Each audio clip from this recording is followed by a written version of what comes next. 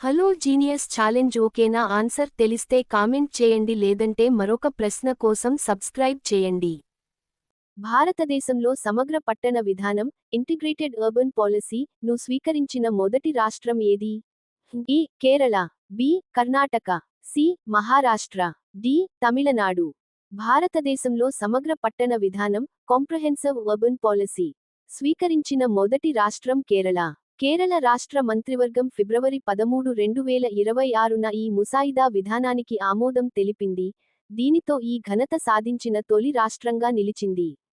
లక్ష్యం: రాబోయే 25 ఏళ్ల కాలానికి, అంటే 2050 వరకు, రాష్ట్ర పట్టణాభివృద్ధికి ఒక మార్గదర్శినిగా ఈ విధానం పనిచేస్తుంది.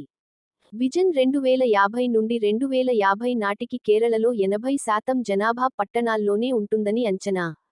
అందుకు తగ్గట్టుగా క్లైమేట్ స్మార్ట్ నగరాల నిర్మాణానికి ఇది ప్రాధాన్యతనిస్తుంది.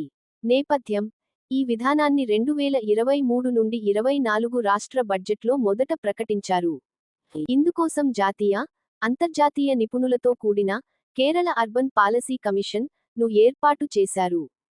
కాబట్టి ఇచ్చిన ప్రశ్నలో సరైన సమాధానం ఏ కేరళ.